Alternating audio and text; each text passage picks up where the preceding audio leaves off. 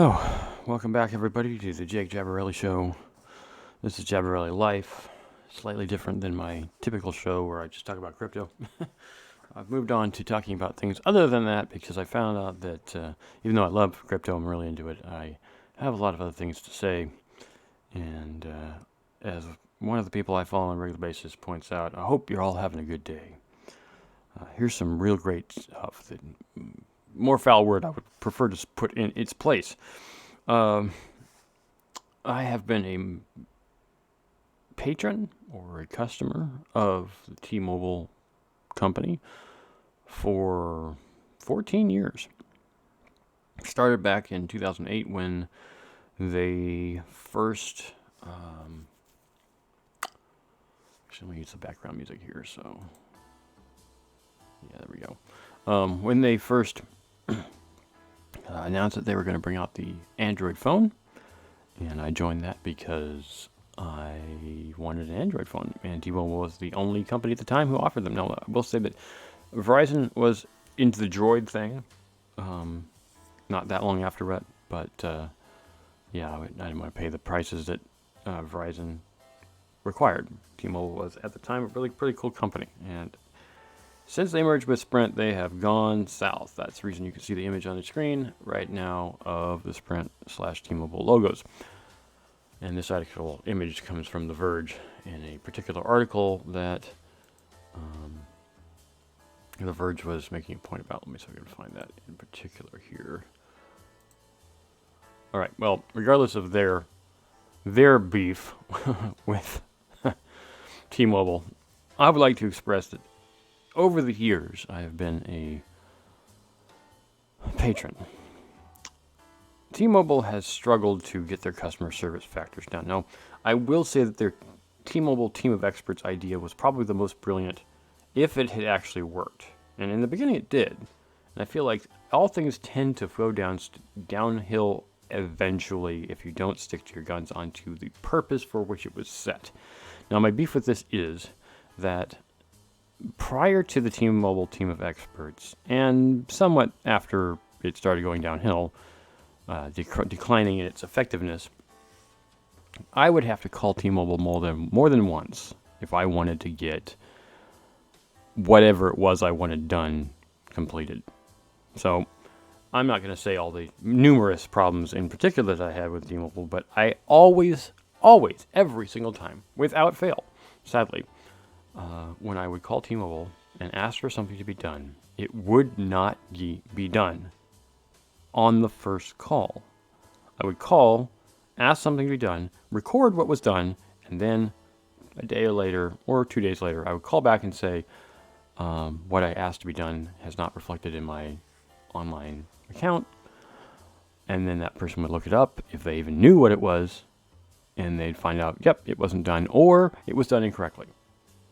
And I would say that at least 50% of the time, by my own estimation, which could be wrong, might be a different percentage, it was done wrong.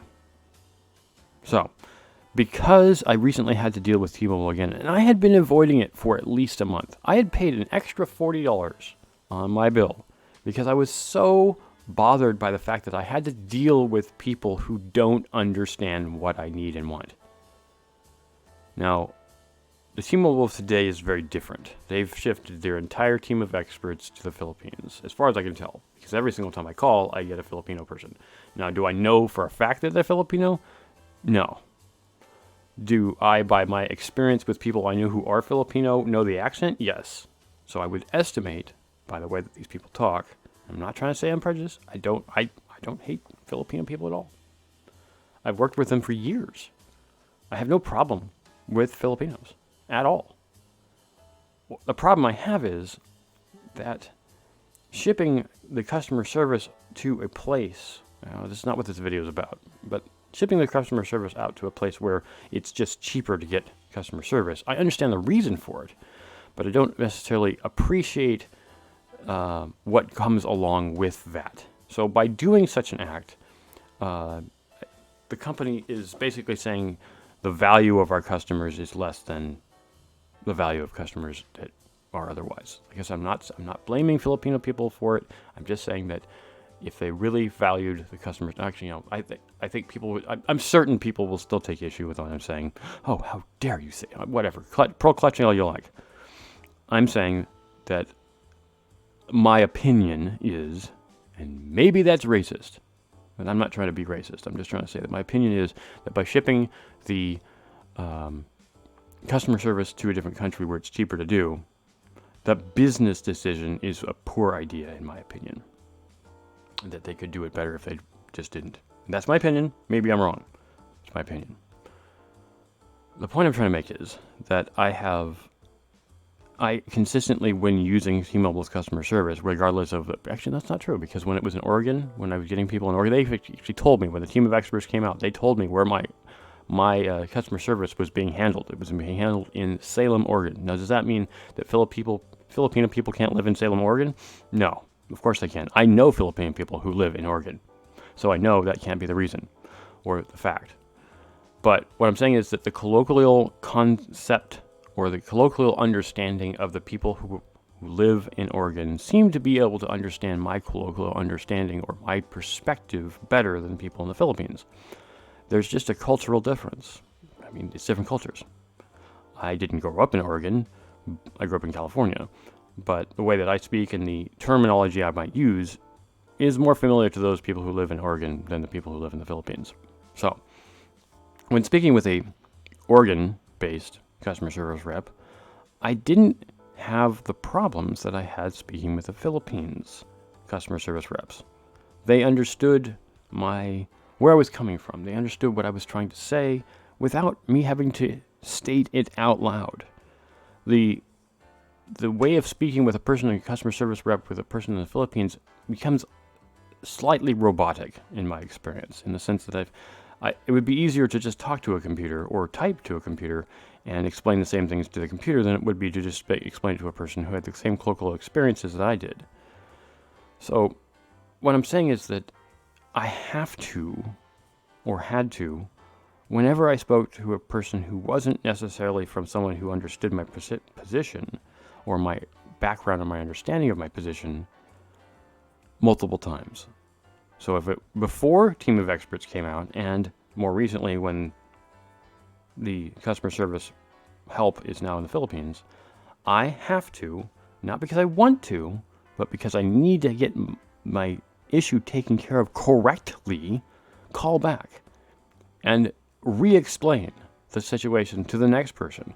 And even then, it doesn't always get taken care of. Fortunately, in this case, as far as I know, and I still could be wrong, it has been taken care of. The person confirmed to me that what I asked to do was done. I don't necessarily believe that, even now. And I won't believe it until I see it. But the thing that bothers me about this kind of activity is that you might make the request for the action to be taken, and it still won't happen.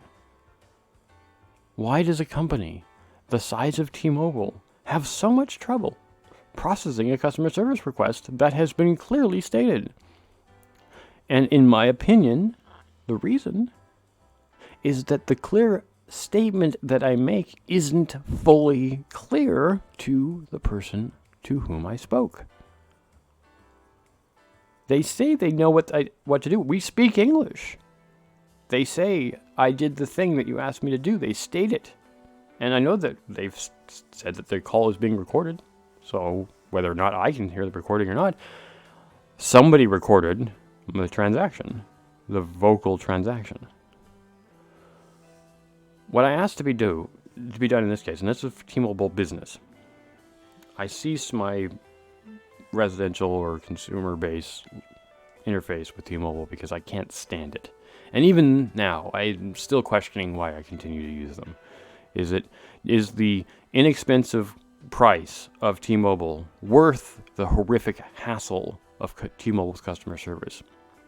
I'm not even that sure anymore. Honestly, at this point, I think I'd rather pay more money, but I'm still not certain that Verizon or AT&T would give me better customer service at more money. I asked to have my more recent account. I had 2 accounts, both of them data only, for data service for business, 2 data lines, mobile data lines on T-Mobile Business. the more recent line I acquired in December. I didn't know the number because I don't use the phone number on the line, which is a thing I would think a customer service rep would want to know and understand. They're like, all right, what's your phone number? Like, yeah, I don't know what my phone number is because I never use it.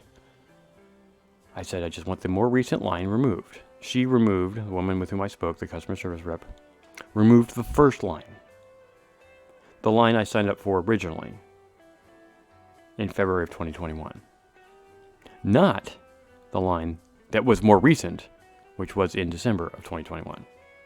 Now, I can understand that a person might make a mistake that they're looking at February being more recent. That's technically true. February was more recent. But February 2021 was not. Currently is April of 2022, and February 2021 was a year and 2 months ago, whereas December was 4 months ago, December of 2021. Yes, it was the same year, but it was still 10 months after the initial purchase. I wanted to retain the original number. I didn't remember what the number was, so I asked for a specific statement, that being the first line to be retained and the second line to be removed. She removed the first line and kept the second. Now, I can see it was possibly an honest mistake. But the problem with an honest mistake like that is if it is processed incorrectly and stated incorrectly, then it can cause a lot of havoc. And so my rant in this case is about not caring about what actually happened. Now, the service rep doesn't know the effect that she's created. Totally understandable. Don't really know what's happening. But this is the problem that I feel is a bigger problem than just what's happening here with T-Mobile. When a person or persons takes an action to which they do not know the ramifications. Now, can they necessarily know the ramifications? Yes, they can, because if they had the same problem happen to them, they probably would be justifiably just as disappointed or irate. So it is incredibly important, especially in business, when dealing with things that are done, to be done as requested, explicitly as requested, as explicit as possible to be requested. Now, I will admit that I was not 100% explicit. I didn't know the numbers of those lines because I never used them. Now, could I find that information? Yes. Now, did I log into the website and look them up? Yes, I did. And I discovered that when she canceled the first line, which is not what I asked to do, she removed the account that I did not want removed. And the reason I know that is because I actually named the line after my business. So I would know, because that was at the time the only line I had. I named it after my business. So I knew when I looked at the account that the first number, now that I actually realized what those numbers were, was not the line I wanted removed. And so when I hung up with her, called back immediately and asked for another customer service rep, and we went through and did the correction. And fortunately, according to what he said, now I'm, as I said before, not 100% certain that that was in fact done. And I, in my past experience with T-Mobile, am 70% certain that if I call back tomorrow on Saturday here, the day before Easter, that I might find out that it wasn't actually done. And that wouldn't surprise me because of the number of times that I've called and been confirmed with a customer service rep that the thing that I asked to be done, as I stated it to be done, was not in fact done. And this is the thing, this is the reason, well, not the only reason, but one of the primary reasons for making this podcast in the first place.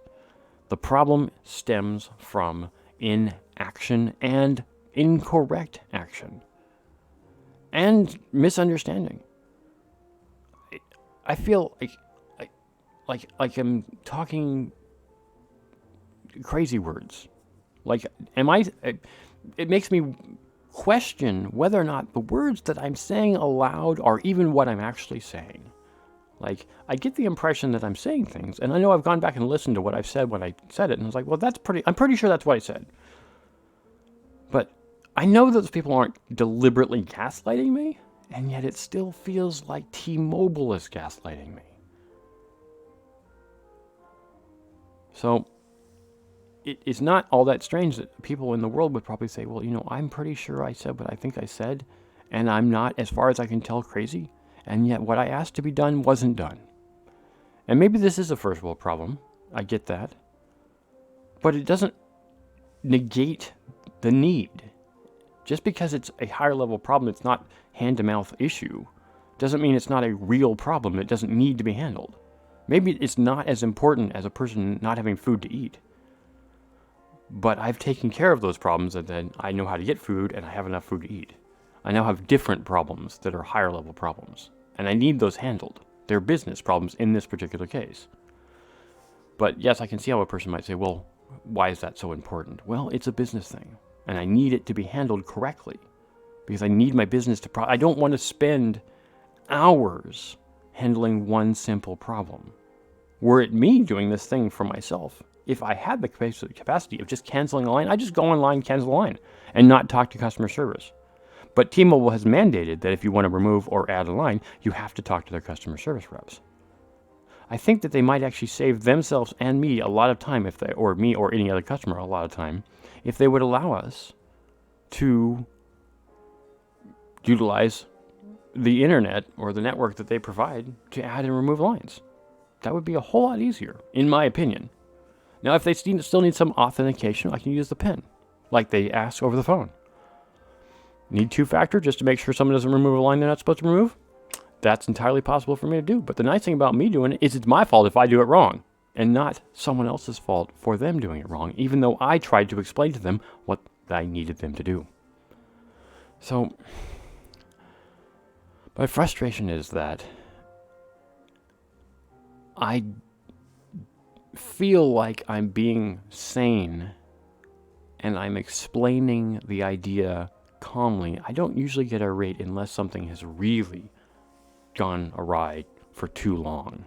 And even now, I'm sure that people listening to this can hear the irritation in my voice, the expression of irateness and distrust and disappointment. And yet I don't feel like I'm being overtly angry. I could be, and have been before, but I don't want to be, and I don't want to waste my time having to reiterate the same thing that I keep trying to accomplish. It should be simple, and if it were simple, I wouldn't be irate. So I find it incredibly important that systems be allowed to function more smoothly.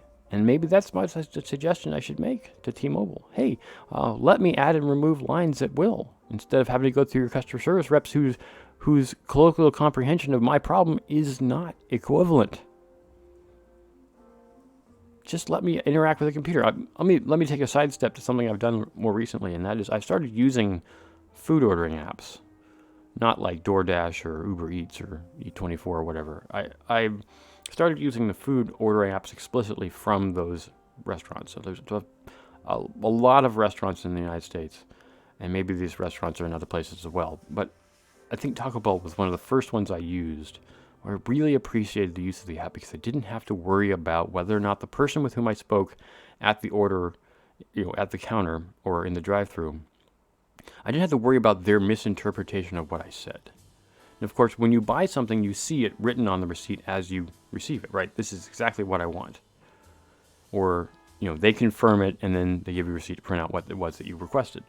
And if you reviewed that and it looked correct to you, then maybe you would get what you asked for. But then there's also the interpretation of the people in the back who misread. That's entirely possible too.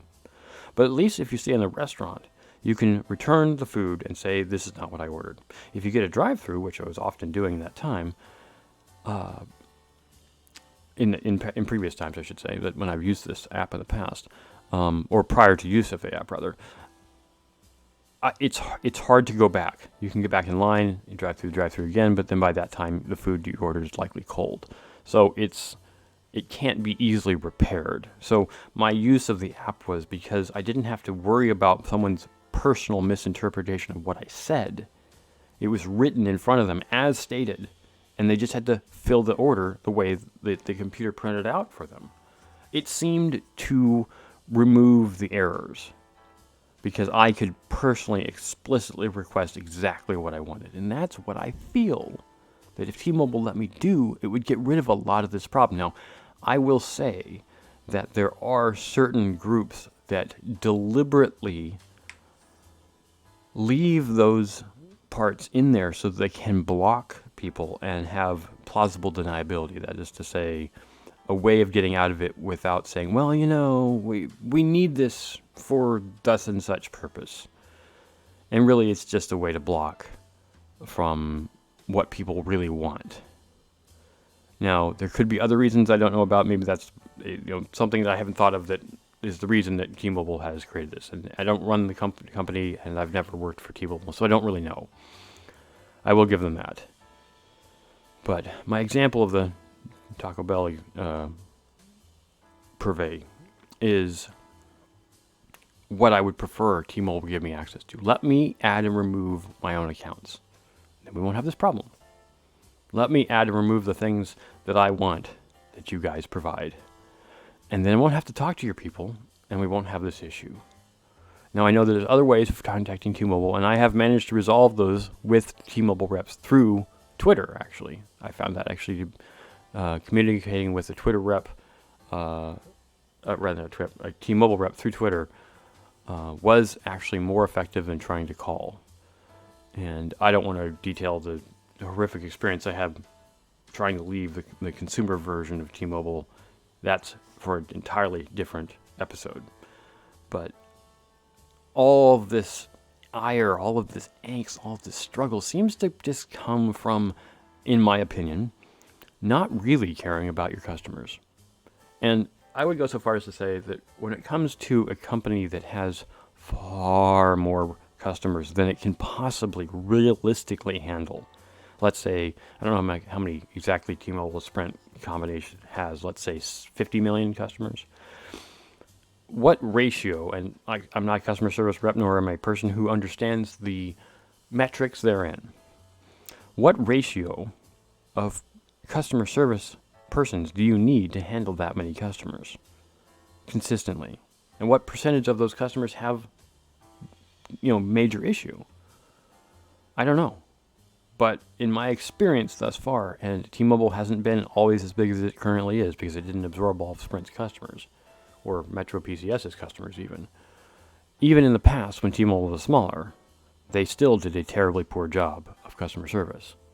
The only thing they ever really did a good job of when they did do their initial team of experts, as I said in the beginning, was when they gave people a team of experts representative that could understand them colloquially. And maybe they just couldn't because there weren't enough people who could do that. Completely understandable. But it is this... I have an expectation, and I wish it were met. And it isn't.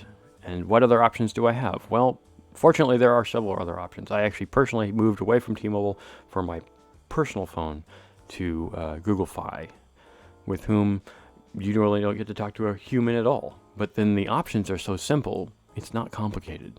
Honestly, the simplicity of Google Fi is what I wish T-Mobile did. The level of simplicity, and I know this is not a Google Fi rant. I'm not ranting about Google Fi. In fact, I praised them recently on one of my social media accounts.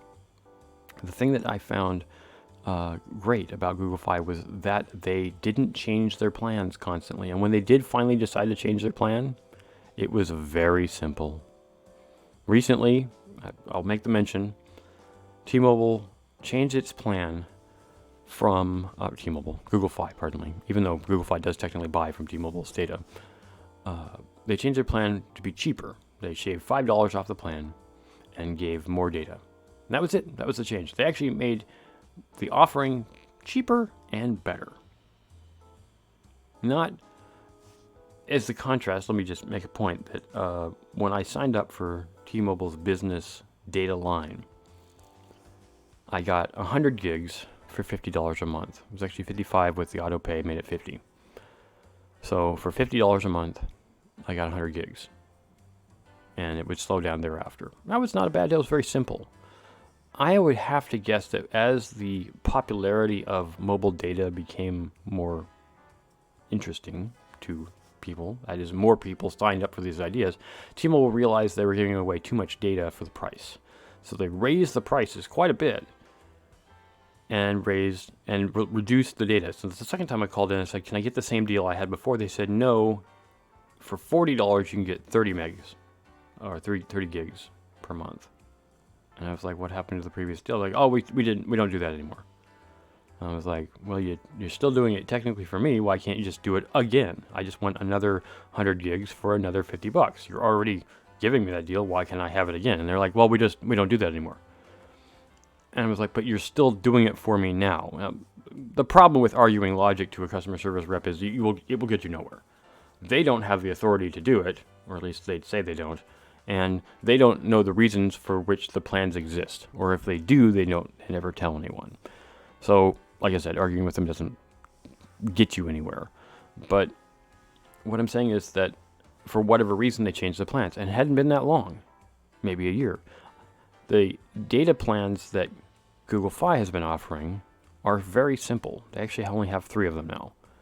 But what I've realized over the years of dealing with mobile carrier services, and I've been doing this for over 20 years, is that they realize they need to modify the plans and make different plans and more different plans and more different plans to make more money and try to hide the functionality of what the user is actually getting. I will say that I appreciate the one thing that T-Mobile did fight for, which they absolutely forced every other carrier to do, which is make unlimited a thing and keep it as a thing.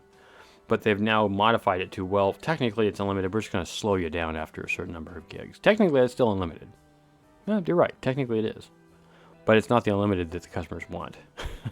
And even though they have acknowledged, almost every single carrier has acknowledged, that the total amount of data that a carrier offers is only really abused by about 2% of the population.